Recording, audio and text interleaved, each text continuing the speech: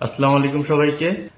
আমরা বিভিন্ন ইস্যু নিয়ে বোর্ডের সঙ্গে বিভিন্ন সময় আলোচনা করছি।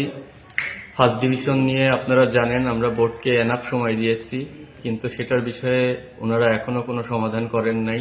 বাংলাদেশ ক্রিকেটাররা বিপিএলকে বয়কটের ডাক দিলেন। বাংলাদেশের ক্রিকেটাররা জানান, যতক্ষণ পর্যন্ত এম নাজমুলকে পদত্যাগ না করা হবে, ততক্ষণ পর্যন্ত আমরা বিপিএল খেলতে মাঠে নামব না। বিসিবি এম নাজমুল বলেন, আমরা তো প্লেয়ারদেরকে টাকা দিয়েই খেলাই। বিসিবি এম নাজমুল বলেন, প্লেয়াররা যদি খারাপ খেলে তাহলে তো আমরা আবার টাকা ফেরত চাই না। আরও বলেন যে আমাদেরকে তো কোনো আন্তর্জাতিক ট্রফি এনে দিতে পারেনি, তবুও আমরা তো তাদের বেতন বন্ধ করিনি। এই নিয়ে ক্ষিপ্ত প্রকাশ করেন খেলোয়াড়রা। ক্রিকেটাররা জানান, বিসিবি এম নাজমুলকে যতক্ষণ পর্যন্ত পদত্যাগ না করা হবে, ততক্ষণ পর্যন্ত আমরা বিপিএল খেলতে মাঠে নামব না।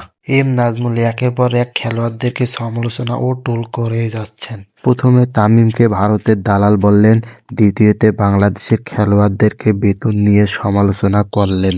এই নিয়ে ক্ষিপ্ত প্রকাশ করছেন খেলোয়াড়রা। এম নাজমুলের পদত্যাগ না হলে বিপিএল খেলতে নামবেন না বাংলাদেশের খেলোয়াড়রা।